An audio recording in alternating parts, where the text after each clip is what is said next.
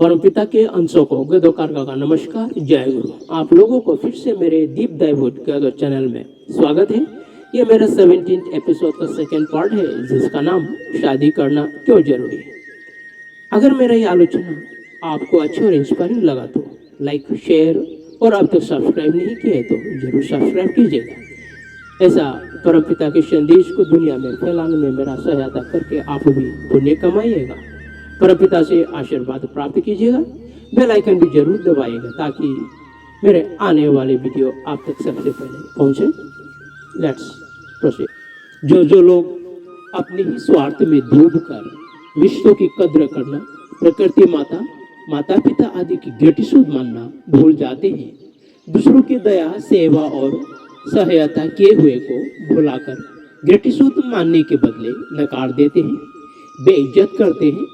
जो लोग भगवान से ना ही डरते हैं और ना ही भक्ति करते हैं, ऐसे लोग और लो लेवल वाले जीव जंतुओं में कोई फर्क नहीं होता। अतः इंसान नीचे स्तर में गिरकर खुद के अस्तित्व को धूमिल ना कर दे। ईश्वर ने शादी जैसे रिवाज की ज्ञान इंसानों को प्रदान किया है। जैसे मैंने पहले ही बताया कि शादी का मकसद दुनिया में ह्यूमन रेस की कंटिन्यूटी को बनाए रखने के लिए है। पर ह्यूमन रेस तभी बिना कोई दिक्कत के कंटिन्यूटी हो पाएगा जब हर एक इंसान परमपिता के लायक संतान बने। लायक संतान कौन है और नालायक संतान कौन है, मैं पिछले एपिसोड में बता चुका हूँ। शादी सुसंतान पैदा करने के लिए है ताकि दुनिया में हर एक इंसान आपस में प्रेम के साथ जीवन व्यतीत करे, मिलजुल कर परमपिता की सेवा करे, दुनिया में रहकर ज्ञान प्राप्त करते हुए मोक्ष को प्राप्त करे, एक दूसरे की प्रेरणा बने। पर शादी की मतलब और मकसद को परमपिता के नजरिए से समझते हुए जब निर्वाह नहीं करेंगे या शादी के नियमों को पालन किए बिना जब पति पत्नी की फिजिकल यूनियन हो जाएंगी, तो उस मिलन में से जो बच्चा पैदा होगा, उस बच्चे के मन में भगवान के प्रति इंटरेस्ट नहीं जागेगा। Lust, pride, anger, envy, greed, gluttony, sloth, selfish etcetera जैसे शैतानी शक्ति के अधीन में रहकर बाकी लो लेवल जीव जंतुओं की तरह जीवन व्यतीत करते हुए मानव रूप में जन्म लेने के मकसद को बर्बाद कर देगा, मानव जन्म को असफल बना देगा और लो लेवल वाले जीव जंतुओं की जिंदगी जीते हुए मृत्यु को प्राप्त हो जाएगा। कई लोग मानते हैं कि शादी तो संभोग के लिए है, शारीरिक प्यास यानी हवस की भूख को मिटाने के लिए है। पर यह बात उन लोगों के लिए सही है जो लास्ट, प्राइड, सेल्फिश, ग्लटनी आदि आदि जैसे शैतानी शक्ति की माया जाल में फंसे हुए हैं और उन्हें यह भी ज्ञात नहीं कि वो लास्ट, प्राइड, सेल्फिश, ग्लटनी जैसे शैतानी शक्ति की माया जाल में फंसे हुए हैं। बस उन्हें तो सिर्फ इतना पता है कि lust, pride, anger, envy, greed, gluttony, sloth, selfish आदि आदि को तृप्त करना है और इस तरह की कोशिशों को ही अपना धर्म मानते हैं और दुनिया की सत्य मानते हैं। इस तरह के मेंटेलिटी के लोग सिर्फ आहार, निद्रा और मैथुन में डूबे हुए लो लेवल वाले जीव जंतुओं के बराबर ही होते हैं, क्योंकि लो लेवल वाले जीव जंतु सेक्स हार्मोन्स की जागने या उत्तेजित होने पर बिना कोई उच्च लक्ष्य के संभोग करते हैं। उन्हें तो बस शारीरिक भूख मिटाना है, यानी दुनिया में अपना रेस या संतान पैदा करना है। इस मकसद को लेकर लो लेवल की जीव जंतु कभी संभोग नहीं करता। तो इस नजरिए से देखें तो सिर्फ हवस के भूख को मिटाने के मकसद से शादी करने वाले लोग और लो लेवल वाले जीव जंतुओं में कोई फर्क नहीं। इनफैक्ट जिंदगी के सफर में एक दूसरे के सहारे बनने के लिए शादी करना भी सेकेंडरी बातें हैं। लोग लालच के चलते किसी की धन दौलत या आय यानी इनकम को देखकर किसी से शादी करना तो किसी भूत पिशाच की साजिश से कम नहीं। दुनिया का डेवलपमेंट या प्रोग्रेस का आधार दो है। ये आधार रेलवे ट्रैक जैसा है जिसे आजू बाजू बिछाते हैं, एक के बिना दूसरे बेकार है। ठीक इसी तरह इंसान अपने जीवन को दो आधार के सहारे आगे ले चलना चाहिए और ले भी चलते हैं, और उस दो आधार के नाम है आध्यात्मिक और भौतिक। इंग्लिश में स्पिरिचुअल एंड मटेरियल कहते हैं। स्पिरिचुअल और मटेरियल डेवलपमेंट साथ साथ होना चाहिए। अगर ऐसा ना होकर सिर्फ एक ही आधार के सहारे चलेंगे तो वो अपाहिज के बराबर हो जाएगा और हो जाते हैं। पर दुख की बात इसमें है कि दुनिया में मेटेरियलिस्टिक डेवलपमेंट का ग्रोथ जितना हो रहा है उतनी ही इंसान स्पिरिचुअलिटी डेवलपमेंट को ध्यान देना छोड़ रहा है, स्पिरिचुअलिटी को नकार रहा है। और जितना स्पिरिचुअलिटी को नकारने लगे हैं उतने ही लोगों के दिल दिमाग भी अपाहिज बनते जा रहे हैं। नतीजतन वर्तमान में दुनिया के लोग शादी जैसे रिवाज को परमपिता के नजरिए से देखना छोड़कर खुद की काम वासना और स्वार्थ के नजरिए से देखने लगे हैं। शादी को महज हौस की आग को बुझाने की जरिया मानने लगे हैं, महज पार्टनर बनकर दुख तकलीफ में साथ देने के जरिए समझने लगे हैं। जबकि सत्य तो शादी दुनिया में उत्तम चाइल्ड लाने का आधार है और इस स्कूल रूपी दुनिया में मोक्ष प्राप्ति हेतु ईश्वर की भक्ति करते हुए नैतिक ज्ञान प्राप्त करने के लिए है। अगर मेटेरियलिस्टिक डेवलपमेंट बिना स्पिरिचुअल ज्ञान के होते हैं तो इस तरह की डेवलपमेंट अपाहिज होते हैं, और हर अपाहिज यानी अपूर्ण कर्म, अपूर्ण ज्ञान या अपूर्ण चीज दुनिया में असफलता, बर्बादी और अशांति के कारण होते हैं।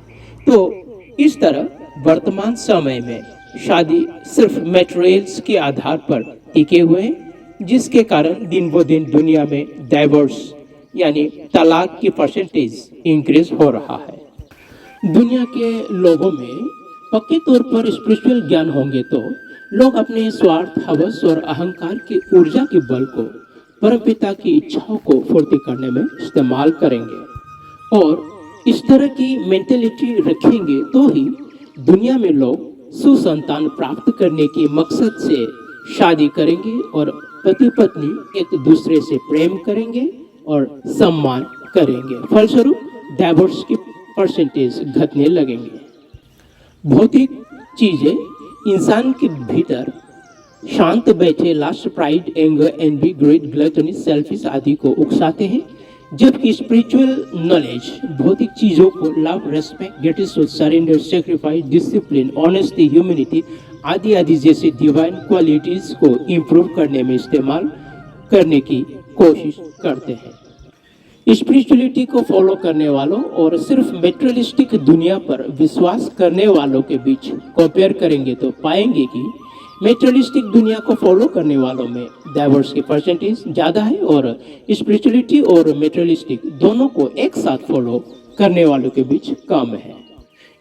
इनफैक्ट स्पिरिचुअलिटी को मेटेरियलिस्टिक डेवलपमेंट के आधार भी मान सकते हैं, क्योंकि स्पिरिचुअलिटी की ज्ञान ही इंसान को जिंदगी जीने की प्रेरणा देते हैं, और जीवन जीने की कामना ही सुख सुविधा की तलाश करने की प्रेरणा देते हैं, और सुख सुविधा की तलाश भौतिक उन्नति की प्रेरणा देते हैं।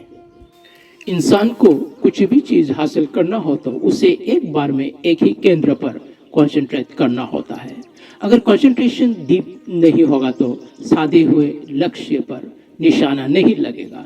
इस तरह पति और पत्नी दोनों की सुसंतान प्राप्त करने के लक्ष्य की कंसंट्रेशन एक समान नहीं होगा तो उसका अंजाम इतना खास नहीं होगा, तारीफ करने योग्य नहीं होगा, यानी तारीफ करने लायक योग्य संतान प्राप्त नहीं होगा।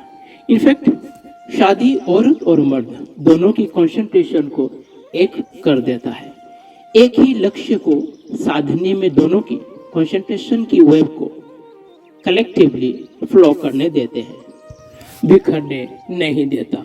कलेक्टिव वेव का फोर्स ज़्यादा स्ट्रांग होता है और इफेक्टिव होता है, जबकि बिखरे अथवा स्प्रिटेड कंसंट्रेशन की वेव की फोर्स कमजोर होता है। इसकी एग्जाम्पल हम खुले हुए अंगुलियों की ताकत और बंद मुट्ठी की ताकत को ले सकते हैं। बिखरे हुए कंसंट्रेशन वेव खुले हुए मुट्ठी की उंगलियां जैसे है तो कलेक्टिव कंसंट्रेशन वेव बंद मुट्ठी के समान होते हैं। इस एग्जाम्पल से मेरा तात्पर्य यह है कि ज्यादातर बिना शादी किए औरत मर्द की जोड़ी में बिखरे हुए कंसंट्रेशन वेव ही होते हैं और ज्यादातर शादी किए हुए पति पत्नी की जोड़ी में कलेक्टिव वेव होते हैं। ऐसे इस तरह होने के मुख्य कारण है औरत की पूर्णतः मर्द के आगे खुद को समर्पित कर देना, खुद की इच्छाओं को अपने पति की इच्छाओं में समा देना, जबकि बिना शादी के जोड़ी में पति के प्रति पत्नी की समर्पण के भाव कमजोर होते हैं, इसलिए उसमें कंसंट्रेशन की वेव भी कमजोर होते हैं। फलस्वरूप तारीफ करने योग्य रिजल्ट नहीं आता। पति पत्नी दोनों के बीच तुलना करें तो पत्नी की कंसंट्रेशन वेव का फोर्स पति की कंसंट्रेशन वेव से 2 गुना ज्यादा होना चाहिए, क्योंकि पत्नी पति की वीर्य को ग्रहण कर अपने भीतर धारण करती है और उससे पोषण देकर भ्रूण एम्ब्रियो के रूप में आकार देना पत्नी की जिम्मेदार होते हैं। यानी पत्नी की खोख में एम्ब्रियो का फॉर्मेशन शुरू हो जाता है। औरत को अपना वीर्य सौंपने यानी हैंडिंग ओवर के बाद पति का जिम्मेदार खत्म हो जाते हैं। इसलिए इस प्रोसेस में मर्द का रोल बिल्कुल ना के बराबर होते हैं। यही कारण है कि जब एक औरत का ध्यान एक से अधिक मर्द के ऊपर होते हैं तो उसकी कंसंट्रेशन वेव बिखरी हुई होती है और ऐसी मानसिक स्थिति के चलते इस तरह की औरत दुनिया में योग्य संतान को अपने कोख से जन्म देने में असमर्थ होती है। अतः शादी औरत की कंसंट्रेशन को एक ही मर्द पर टिकाए रखने में मजबूर करते हैं।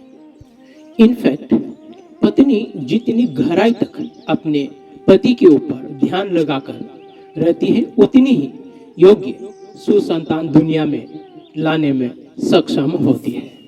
इसलिए इसी तरह एक हस्बैंड को भी अपने चंचल मन पर लगाम लगाकर रखना चाहिए और इस तरह एक पति को आइडियल कॉन्सेंट्रिक होना चाहिए और एक औरत को हस्बैंड कॉन्सेंट्रिक होना चाहिए और ऐसा होना अत्यंत जरूरी है और शादी के द्वारा ही ये सब मुमकिन है।